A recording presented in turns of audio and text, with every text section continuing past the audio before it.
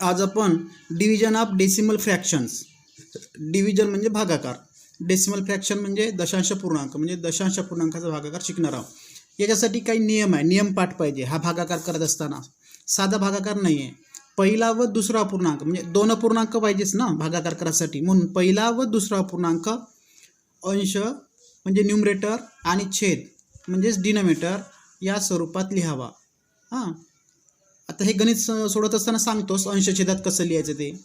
आणि त्यानंतर दुसरा बदल करायचा, त्याच्यात भागाकार या चिन्हाऐवजी गुणाकार चिन्ह लिहावे. भागाकारच्या जागी काय लिहायचं? गुणाकार लिहायचं.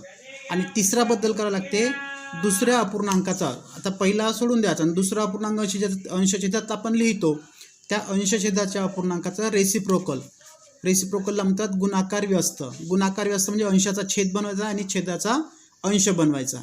या तीन पद्धतीने आपल्याला बदल करावा लागते आणि गणित सोडवावं लागते. हे नियम लिहून घ्या.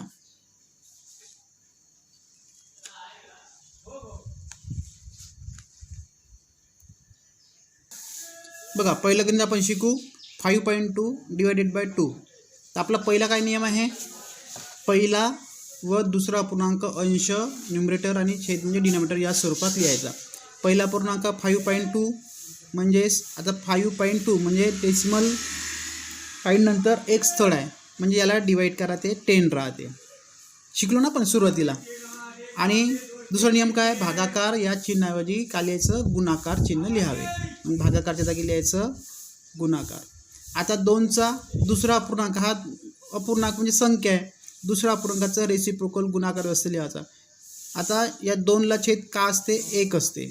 कोणती संख्या म्हटलं की तिला छेद 1 असतोच. म्हणजेच आपण 2 वर राहते, 1 खाली राहते, तिथं 1 वर घ्यायचा आणि 2 खाली घ्यायचा. 2चा रेसिप्रोकल 1/2 आपण हे शिकलेलोच आहे. रेसिप्रोकल म्हणजे काय? तर समजलं 3 बदल. पहिली संख्या आणि दुसरी संख्या अंश छेदात, हा न्यूमरेटर हा डिनोमिनेटर, हा न्यूमरेटर हा डिनोमिनेटर. आता 2 बघा इकडे, 2 म्हणजेच त्याचा रेसिप्रोकल 1/2. 3 असेल त्याचा 1/3, कारण या 3ला छेद 1 असतो, 2ला छेद 1 असतो. कोणती संख्या घेतली आपण? 5 घेतलं तर त्याचा 1/5 हा रेसिप्रोकल. याला कारण छेद 1 असतो, मग इथला छेद इकडे अंश जाते आणि अंश येतो छेदात येते. असे रेसिप्रोकल एका सिंगल संख्येचे असतात. आता साधा गुणाकार आहे. 5 वरचा गुणाकार अंशाचा गुणाकार अंशामध्ये करायचा. 5 गुणिला 1 आणि 10 गुणिला 2, 10 दुने 20 बरोबर किती आलं? 5/20. किती आलं? 5/20. आता 5/20 आलं. आपल्याला काय करायचं आहे? डेसिमल फ्रॅक्शन करायचं आहे. आता हा डेसिमल फ्रॅक्शन नाही आहे, हा कॉमन फ्रॅक्शन आहे. अंश छेदातल्या रूपातलं म्हणजे कॉमन फ्रॅक्शन, याला व्यवहार्य पूर्णांक म्हणतात. आता जोपर्यंत त्याच्या छेदामध्ये 10 किंवा 100 येत नाही तोपर्यंत मग याला आपल्याला डेसिमल फ्रॅक्शन म्हणता येत नाही. मग आता अशी कोणती संख्या आहे का त्याच्या छेदामध्ये 10 येईल? समोरची 10 छेदात येत नाही, भागीला 2 केलं तर 5ला 2 भाग जात नाही. मग समोरची संख्या घ्यायची. 10 झाल्यावर 100. कोणकोणत्या संख्या लागतात आपल्या छेदामध्ये? 10, 100 किंवा 1000 हे आपण शिकलो आहे ना तशाने. मग इथं 100, 20च्या पड्यात 100 आहे. 20ला 5 ने मल्टिप्लाय करायचं. खाली 5 ने मल्टिप्लाय केलं तर वरतं सुद्धा 5 ने मल्टिप्लाय करायचं. किती येते? 5 5 25 आणि खाली 20 5 100. आता हे तर माहीतच आहे. आता याला करायचं डेसिमल फ्रॅक्शन, कारण डिनॉमिनेटरमध्ये 100 ऑलरेडी आलेलेच आहे. मग ही वरची संख्या लिहून घ्यायचं जशान तसं. 2 0 आहे म्हणजे 2 प्लेस नंतर डेसिमल पॉईंट. मग किती आलं? Therefore 5.2 divided by 2 is equal to 0.25. किती आलं आन्सर या गणिताचं? 0.25. काय केलं आपण? याचं न्यूमरेटर डिनॉमिनेटर केलं, या संख्येचं न्यूमरेटर डिनॉमिनेटर केलं आणि भागाकारच्या जागी गुणाकार लिहिलं. आता इथं डायरेक्टच आपण रेसिप्रोकल लिहिला. दुसऱ्या गणितामध्ये पाहू आता आपण. हे वाला गणित लिहून घ्या. हे गणित बघा दुसरं 3.4 भाग्याला 5. पहिल्यांदा 3.4 म्हणजेच डेसिमल पॉईंट नंतर एक प्लेस आहे म्हणजे 10. आता ही संख्या आपण पहिल्यांदा आता 5ला छेद काहीच नाही म्हणजे 1 घ्यायचा. ठीक आहे. आता इथं न्यूमरेटर डिनॉमिनेटर केलं, दुसऱ्याच्यात भागाकारच्या चिन्हाऐवजी गुणाकार चिन्ह लिहावे, आपला नियम. मग 3/10 हा पहिली संख्या, भागाकारच्या जागी गुणाकार आणि याचा रेसिप्रोकल. 5/1चा रेसिप्रोकल 1/5 झाले 3 बदल.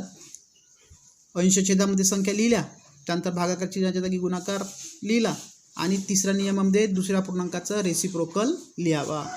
5/1चा 1/5. नुसते 5 आहे तर 5/1 लिहायचे. आता याच्यात लिहिलं नव्हतं, आपण डायरेक्ट केलं होतं, पण याच्यामध्ये आता सेपरेट अलग अलग केलं तुम्हाला समजण्यासाठी. काय होतं इथं 3 1 3, 10 5 50. आता 3/50 म्हणजे काही आपला डेसिमल फ्रॅक्शन नाही झाला, हा कॉमन फ्रॅक्शन झाला. आता याला आपल्याला 100 करता आलं पाहिजे. किती आलं पाहिजे 100. मग 3ला मग कितीने मल्टिप्लाय करावं लागेल आणि 50ला 50च्या पडत 100 आहे का, 50 1 50, 50 2 100. मग 2 मल्टिप्लाय करावं लागेल. इथं 2 केलं तर वरती सुद्धा 2, 3 2 6, 50 2 100 इज इक्वल टू.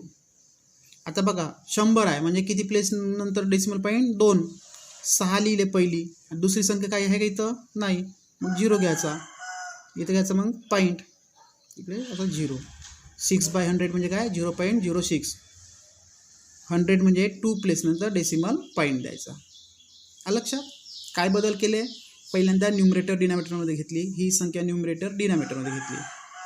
दुसरा बदल भागाकारच्या जागी गुणाकार लिहिला आणि याचा रेसिप्रोकल लिहिला आणि साधा गुणाकार केला. गुणाकार केल्यानंतर ती संख्या आली ही. आता ही काय आपल्याला कोणत्या रूपात पाहिजे, त्याचे डिनॉमिनेटर 10 पाहिजे, 100 पाहिजे, 1000 पाहिजे. मग आपल्याला 50पासून 10 तर करता येत नाही, पण 100 करता येते. मग 2 मल्टिप्लाय करावं लागते. 2 मल्टिप्लाय केलं, इथे 2 केलं, मग 3 2 6 आले, 50 2 100 आले. मग याला हा कॉमन फ्रॅक्शन झाला. हा कोणता झाला common fraction, COMMON common fraction. हा काय झाला डेसिमल फ्रॅक्शन. लिहून घ्या. बघा तिसरं 4.8 भागेला 1.2 इज इक्वल टू 4.8चं लिहायचं 4.10 भागेला 1.2चं लिहायचं 1 2 आहे, जसं 1 2 लिहून घ्यायचं. डेसिमल पॉईंट नंतर एक प्लेस आहे म्हणजे याचं सुद्धा डिनॉमिनेटर 10 येते. लक्षात 4.8चं 4.8 लिहिलं, त्यानंतर पॉईंट नंतर एक प्लेस आहे तर 10 डिवायडेड बाय 1.2 आहे तर 1 2 लिहून घ्यायचे. पॉईंट नंतर एक प्लेस आहे तर 10 लिहायचे. आता आपली रूल वापरायचे. 48 डिवायडेड बाय 10 भागाकारच्या जागी गुणाकार आणि या संख्येचा काय लिहायला लागतं आपल्याला रेसिप्रोकल. 12/10 आहे तर 10 जाते वरती आणि 12 येते खाली. ओके, एवढं लक्षात आलं. आता काय करायचं 10 भाग जाते 10 1 10, 10 1 10, वरतं 48 गुणिला 1, 48 गुणिला 1, खाली किती उरले 1 गुणिला 12, म्हणजेच किती आला भागाकार 48 भागेला 12. आता या संख्येला 12 आणि 48चा भाग जाते 12 1 12, 12 चौक 48 म्हणजे 4/1 म्हणजेच किती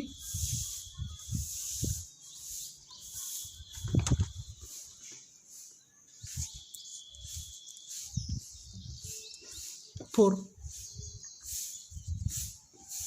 1 छेदामध्ये लिहित नाही. याचंच कसं केलं आपण 48 भागेला 12.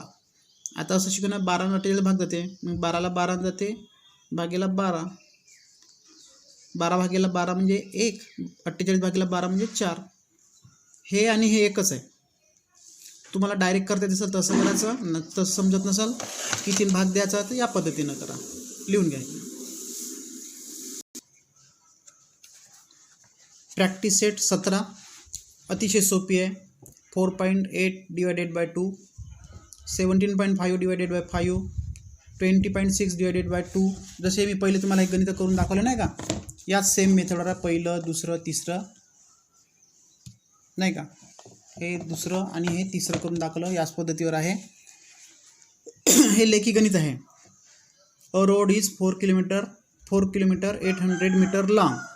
If trees are planted on both its sides at intervals of 9.6 meter, how many trees were planted. 1 करोडची लांबी 4 किलोमीटर 800 मीटर आहे आणि 9 मीटर अंतरावर 9.6 मीटर अंतरावर एक झाड लावलं, तसे किती झाडं लागेल. तर त्याची मांडणी अशी करायची, 4.800 डिवायडेड बाय 9.6. हे दुसरं गणित लिहून दाखवलं मी. तिसरं गणित आहे, Pragya exercise regularly 9 round of path, how much does she walk in 1 round. मग इथं याचं 3.825 डिवायडेड बाय 9. 9ला मग 1/9 घ्यायचं. चौथ्या गणितामध्ये a pharmaceutical manufacture bought 0.25 quintal of hirda a medicinal plant for 9,500 रुपये. What is the cost per quintal of hirda. तर याचं सुद्धा 9,500 डिवायडेड बाय 0.25. मग याला जशान तसंच लिहायचं, इथे डेसिमल पॉईंट नाही आहे. याला लिहायचं 25 डिवायडेड बाय 100 आणि मग त्याचं मल्टिप्लिकेशन करून याचं अंशाचा छेद आणि छेदाचा अंश बनवायचा. ठीक आहे, या पद्धतीनं करा. अशा प्रकारे आपलं हे चॅप्टर या ठिकाणी संपलं आहे. आता तुम्हाला घेतलं का, तुम्ही ग्राफबुक घेतले का? ग्राफबुक घेतले असेल तर आपल्याला हे 6वं चॅप्टर सुरू करता येईल, नाही तर करता येणार नाही.